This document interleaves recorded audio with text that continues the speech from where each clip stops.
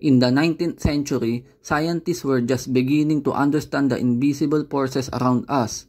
One of the most important discoveries came from James Clerk Maxwell, a brilliant physicist who unlocked the mystery of electromagnetic waves. Maxwell's work built on the ideas of earlier scientists like Michael Faraday and Hans Christian Ørsted. They had already shown that electricity and magnetism were related, but they did not know how. Maxwell wrote down 4 famous equations that showed how electric and magnetic fields interact with each other.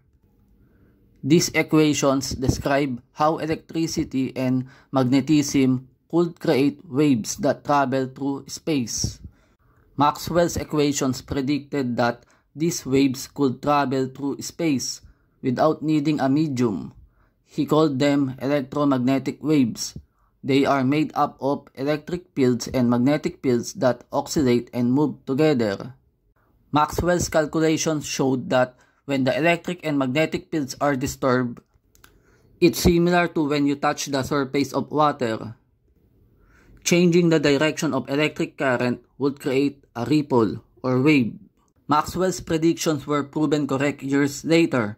Scientists like Heinrich Hertz showed that electromagnetic waves could be produced in the lab, just like how we use radio waves today. Maxwell had unlocked the key to understanding light, radio waves, and much more.